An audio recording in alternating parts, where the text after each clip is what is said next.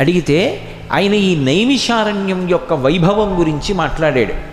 మీరు ఈ నైమిషారణ్యానికి వచ్చారు. ఈ నైమిషారణ్యం బ్రహ్మగారు ప్రవర్తింపచేసినటువంటి సంసార చక్రము యొక్క నేమి శిథిలమైనటువంటి కారణం చేత ప్రఖ్యాతి వహించిందన్నది నిర్వివాదాంశం. దానికి తోడుగా బాహ్యమునందు ఈ నైమిషారణ్యానికి ఒక గొప్ప సౌందర్యం ఉంది. ఆంతరమునందు అది కోట్ల కోట్ల జన్మల వరకు సరిపోయేటటువంటి పుణ్యమును ఉద్దీపింప చెయ్యగలిగినదై ఉంటుంది. ఎందుచేత అంటే ఆయన ప్రతి విషయము రెండు అర్థాలు వచ్చేటట్టుగా మాట్లాడాడు. మాట్లాడుతూ అన్నాడు, ఇది హరిసదనము. హరిసదనము అంటే శ్రీ మహావిష్ణువు నిలయం ఉండేటటువంటి ప్రాంగణం. అందుకే దీనికి విష్ణుభూమి అని పేరు. శ్రీ మహావిష్ణువు ఈ ప్రాంతమంతటా కూడా పుణ్యఫలప్రదాతయై మహానుభావుడై వచ్చినటువంటి వాళ్ళందరినీ అనుగ్రహిస్తూ ఎవరు అసలు ఇటువంటి పవిత్ర భూమిలోకి ప్రవేశించాలి అనేటటువంటి విషయం మీద నిర్ణయం చెయ్యగలిగినటువంటి వాడై ఉంటాడు. అటువంటి విష్ణు క్షేత్రమైనటువంటి నైమిషారణ్యం హరిసదనం. ఈ హరిసదనంలో ఎప్పుడూ కూడా ఇక్కడ మాధవీ కపిద్ధములు ఉంటాయి. అంటే మాధవీ కపిద్ధములు మాధవీ మన్మధులు హరిసదనము అని. మాధవీ హరిసదనం, మాధవీ మన్మధులు అంటే మాధవి అంటే లక్ష్మీదేవి, మా అంటే లక్ష్మి, ధవుడు అంటే భర్త, లక్ష్మి యొక్క భర్త విష్ణువు, మాధవి అంటే మాధవుని యొక్క శక్తి స్వరూపం లక్ష్మీదేవి. అటువంటి లక్ష్మీదేవి మన్మధుడు వాళ్ళిద్దరూ ఇక్కడ ఉంటారు. అంటే ఏది ఇల్లు అని చెప్పబడుతుంది అంటే ఇల్లాలు ఉన్నదే ఇల్లు. గృహిణి గృహముచ్యతే, గృహిణి ఉన్నదే గృహము. అంటే శ్రీ మహావిష్ణువు యొక్క ఇల్లు ఎక్కడుంది అని అడిగితే నైమిషారణ్యం. కారణం ఇక్కడే లక్ష్మీదేవి నివాసం ఉంటుంది, ఇక్కడే మన్మధుడు ఉంటాడు. మన్మధుడు విష్ణువు యొక్క కుమారుడు. ఆ కారణం చేత వాళ్ళిద్దరూ ఇక్కడ ఉంటారు. కాబట్టి ఇది హరిసదనము బాహ్యం. ఆంతరము మన కంటికి కనపడడానికి వాళ్ళు ఇక్కడ ఏ రూపాలతో ఉంటారంటేట, మాధవి అంటే గురువింద చెట్టు, నల్ల గురువింద చెట్టు రూపంలో ఉంటారట అమ్మవారు. అలాగే మన్మధుడు కపిద్ధ వృక్ష స్వరూపంతో ఉంటాడు, అంటే వెలగపండు యొక్క చెట్టు రూపంగా ఉంటాడు. వెలగ చెట్లు చాలా విపరీతంగా కనపడతాయి. ఆ వెలగ పళ్ళు విరగగాసి కొమ్మలు వంగి ఉంటాయి. కారణం లక్ష్మీదేవి మన్మధుడు ఇక్కడ ఉండి ఆ కారణం చేత విష్ణువు యొక్క సదనమై ఉంటుంది. అలా ఉన్న కారణం చేత ఎవరు ఈ ప్రాంతంలోకి ప్రవేశిస్తారో వారు విష్ణు సదనమునందు ప్రవేశించినటువంటి వారే.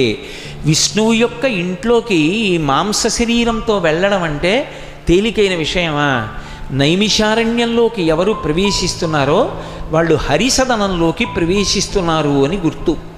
రెండు, ఇది శిలీముఖములతో కూడుకున్నటువంటి పారిజాతములతో కూడిన మన్మధుని యొక్క విల్లుగా ఉంటుంది ఈ క్షేత్రము అని.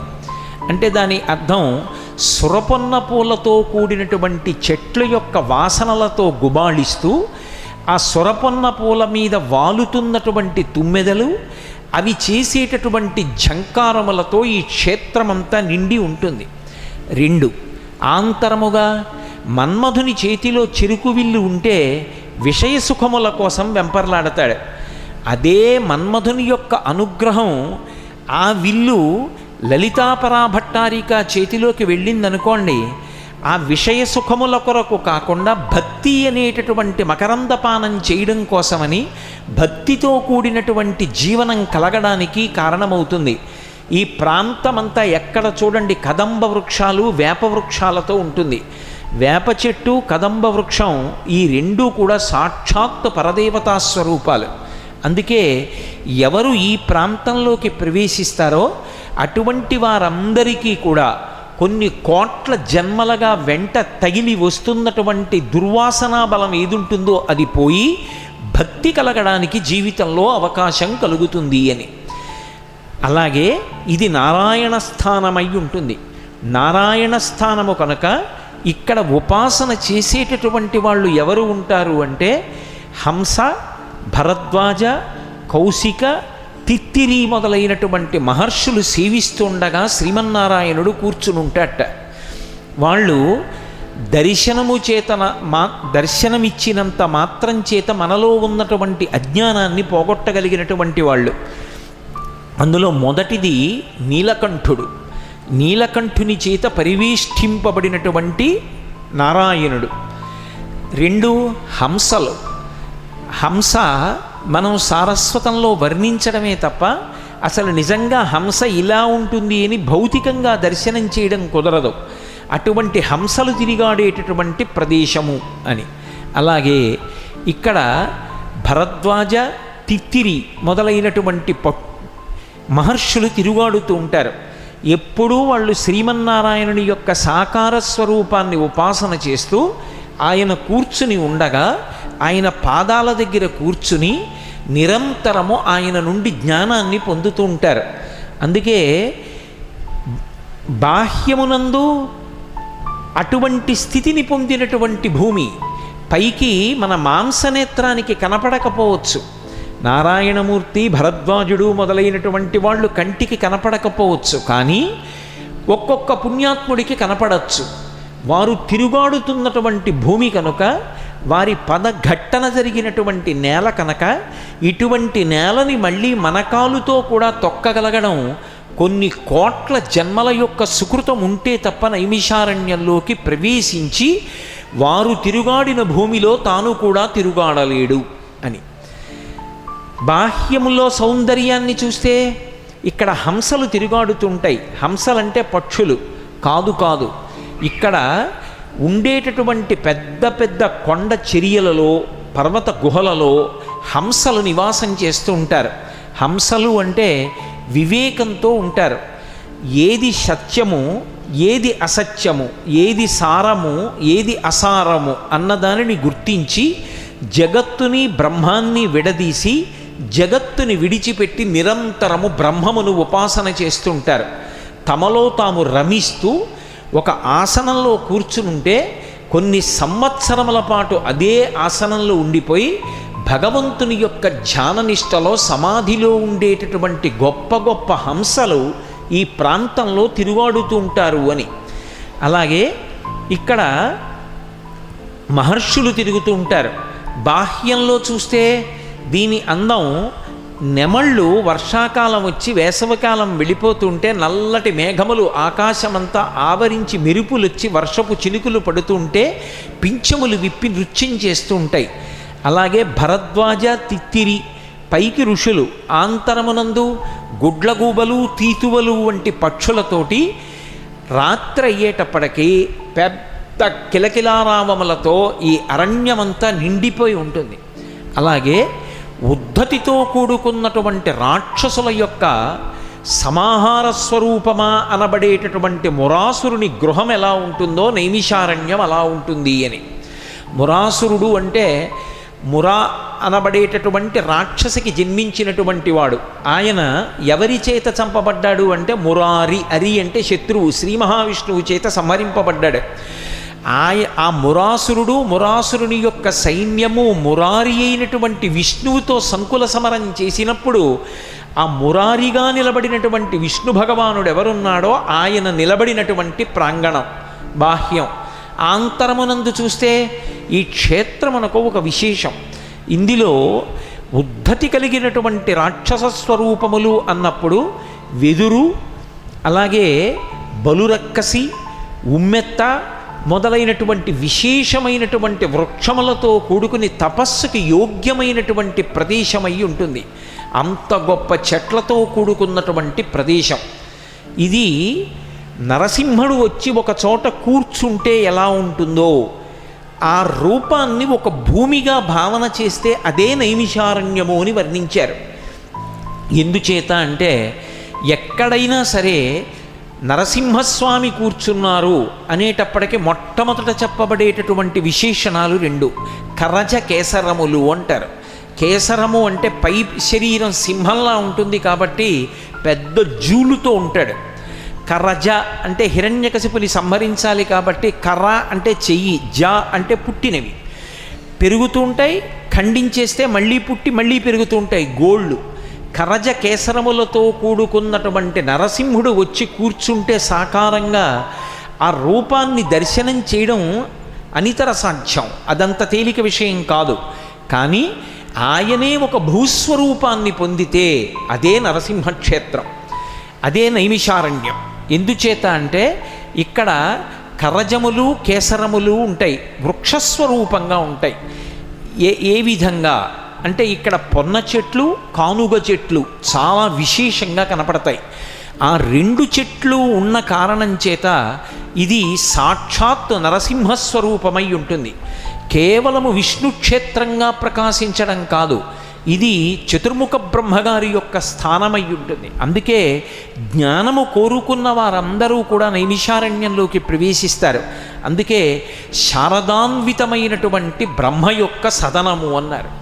చతుర్ముఖ బ్రహ్మగారి ఇల్లు అంటే ఇందాకనే కదా చెప్పాను, గృహిణి గృహముచ్యతే, అక్కడ గృహిణి ఉండాలి. చతుర్ముఖ బ్రహ్మగారి గృహిణి శారద సరస్వతి, ఆవిడ ఇక్కడే ఉంటుంది.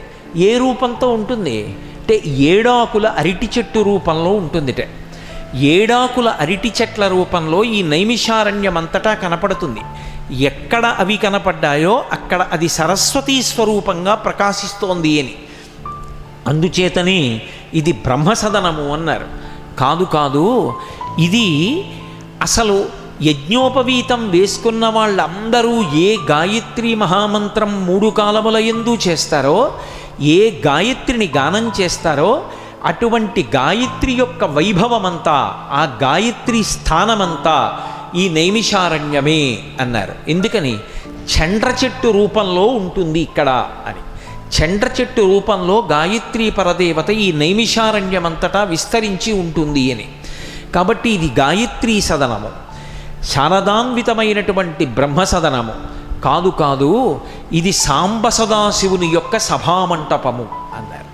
మీరు బాహ్యంలో అయితే ఒక్క సాంబ సదాశివుని యొక్క స్థానము అంటే కైలాసము అంటాం, నారాయణ స్థానము అంటే వైకుంఠము అంటాం, బ్రహ్మలోకము అంటే సత్యలోకము అంటాం. కానీ ఒక్క నైమిషారణ్యంలో వీళ్ళందరూ గృహిణులతో కలిసి ఉండడం కాదు, సభామంటపాలతో ఉంటారు, సభ తీరుస్తారు. కనుక వాళ్ళని సేవించాలనుకున్నటువంటి మహర్షులైనటువంటి వారందరూ కూడా నైమిషారణ్యానికి చేరుకుంటూ ఉంటారు. అందుకే ఇది సాంబ సదాశివుని యొక్క సభామంటపం. సాంబ సదాశివుడు అంబ సదాశివ, సాంబ సదాశివ శివ సభామంటపం కాదు, అంబ పార్వతీదేవితో కూడుకున్న సదాశివ, ఎప్పుడూ శుభములనిచ్చేటటువంటి పరమశివుని యొక్క ప్రాంగణం ఇది సభామంటపం. అందుకే ఈ సభామంటపంలోకి ఎవరు చేరుతారు అంటే వహిని, వరుణ, సమీరణ, నంది, అలాగే కుబేర, గాలవ, శాండిల్య, శ్రీవల్లి, జటి, పటల మొదలైనటువంటి మహర్షులు ప్రమదగణములతోటి దేవతలతోటి కూడుకున్నటువంటి సభని తీరుస్తట. సాంబశివ సభామంటపంగా నైమిషారణ్యంలో బాహ్యనేత్రంతో దర్శనం ఎక్కడ చెయ్యవచ్చు అని అడిగారు.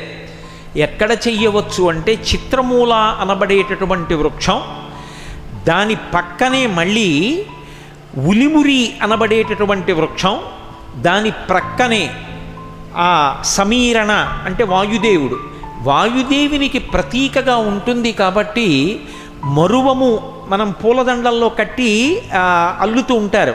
ఆ మరువము ఉండేటటువంటి ప్రదేశం, శ్రీవల్లి పొదలు, మారేడు వృక్షము, అలాగే లొద్దుక చెట్టు, ఇవన్నీ కలిపి ఏ ప్రాంగణంలో కనిపిస్తాయో నైమిషారణ్యంలో అదే సాంబ సదాశివుని యొక్క సభామంటపము. అటువంటి సాంబ సదాశివుని యొక్క సభామంటపం ఎలా ఉంటుందో నైమిషారణ్యము కూడా అలాగే ఉంటుంది. అలాగే ఈ నైమిషారణ్యానికి ఒక గమ్మత్తైనటువంటి పేరుంది. దీన్ని ఏమని పిలుస్తారంటే ఇది శ్రీ అశోకానేకలేఖాసారవంతమైనటువంటి శివసదనము లేదా శివానుగ్రహము శివసేవనమునకు మారుపేరు అని పిలుస్తారు. అశోకాలేఖలు అంటే ఉత్తరం రాసేటప్పుడు ఎప్పుడూ శుభవార్తలే రాయరు. మనుష్య జన్మ ఎత్తిన తరువాత అప్పుడప్పుడు అశుభవార్త కూడా రాయవలసి వస్తుంది. ఎవరో ఇంట్లో పెద్దవాళ్ళు, ఏ తాతగారో ముత్తాతగారో శరీరం విడిచిపెడతారు, అప్పుడు ఆ విషయాన్ని వ్రాయవలసి వస్తుంది. కానీ అసలు జీవితంలో అశుభవార్త వ్రాయవలసిన అవసరం లేకుండా ఎప్పుడూ శుభవార్తలే ఉత్తరంలో వ్రాయడానికి కావలసినంత శుభ పరంపరలను జీవితంలో పొందగలిగినటువంటి అదృష్టము ఎవరికి కలుగుతుంది అంటే నిరంతరము పరమశివుని యొక్క సేవనము చేసిన వాడికి లభిస్తుంది. అటువంటి వాడు ఎప్పుడూ అశోకాలేఖనము చేస్తాడు అని. అలా శుభ పరంపరలనివ్వగలిగినటువంటి పరమశివుని యొక్క సదనము ఈ ప్రాంతమే, ఈ నైమిషారణ్యమే.